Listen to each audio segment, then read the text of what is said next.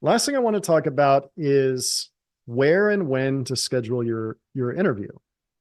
It is no surprise, I think, to probably everybody that is attending this, that in many parts of the world, the wait time to schedule an interview is extremely long. And I'll give you an example here. This is from just a few days ago on the State Department's website. You have to wait 106 calendar days to schedule a student visa interview in Mumbai at the moment. That basically means that if you go to schedule an interview today, you should plan for that interview to be in the spring. That's not acceptable if you're trying to return to class or return to your work or start a new class maybe in August. So what do you do? Well, a couple of things might be an option for you. First, I would consider applying for an expedited interview appointment.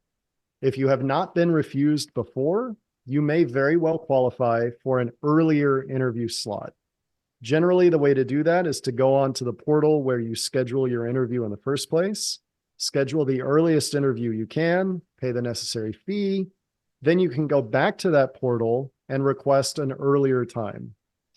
Now, if you don't qualify or you're not granted an earlier interview slot, particularly if you've been refused for a student visa before, you should probably expect that you won't be granted an earlier slot. What do you do then? Well, that's where your option may be to go to a different country.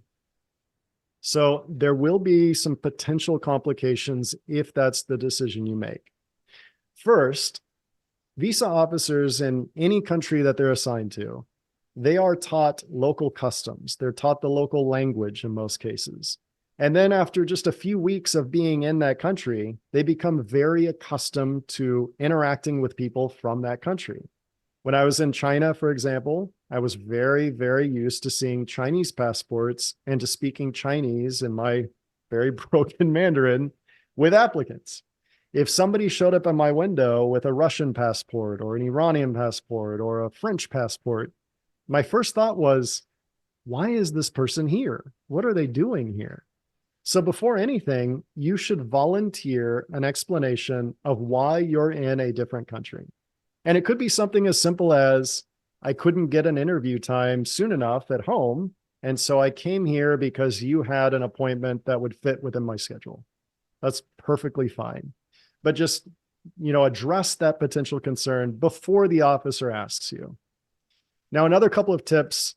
I always tell people to think about large consulates or large embassies, places where there's a lot of, people from all over the world that may be transiting through.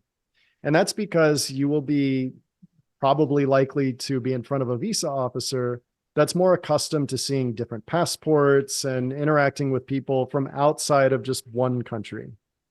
And then the last thing I would say is before you make plans to go to Hong Kong or London or wherever you're planning to interview, go to that embassy or consulate's website and verify that you, as what we call a third country national, meaning you're not from that country, you're not from the United States, you're from a third country, confirm that you will be able to interview at that post. Some posts will not allow that, most will, but it's a good idea to confirm that first. So this is specific questions. I've always wanted to visit Canada. A good enough reasons to go for an interview in Canada.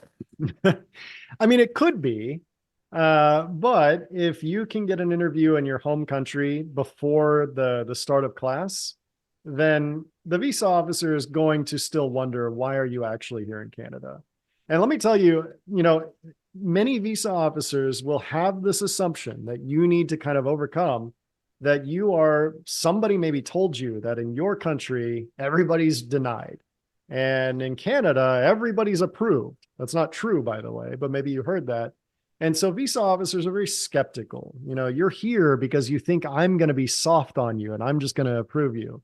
So yeah, it may be a good reason, but you might need a little bit more than that to explain why you're in Canada.